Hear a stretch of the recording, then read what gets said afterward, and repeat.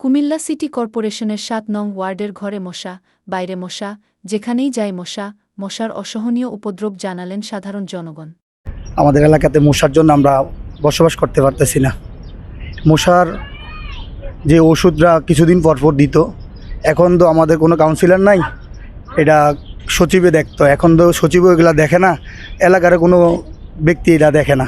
আপনারা দেখতেছেন এই যে অবস্থাটা, আমাদের এটা কুমিল্লা সিটি কর্পোরেশনের এমন একটা গুরুত্বপূর্ণ ওয়ার্ড, গোবিন্দপুর ওয়ার্ড, তার ভিতরে যে পরিবেশটা, মানুষ যে কষ্ট পাচ্ছে সে বিষয়ে আমার কাছে বলার কারণে আজকে আমি সিটি কর্পোরেশনে যিনি দায়িত্বে আছেন ওনার কাছে বিনীতভাবে অনুরোধ জানাচ্ছি, আমার ৭ নং ওয়ার্ডের যে মশার সমস্যাগুলা আপনারা দয়া করে একটু সমাধান করার জন্য আমি বিনীতভাবে অনুরোধ জানাচ্ছি।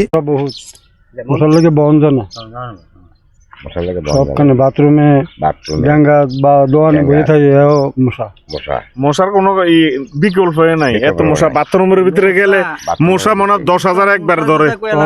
এত মশা, মশার কথা বললে লাভ নাই, আর মশা প্রচুর মশা।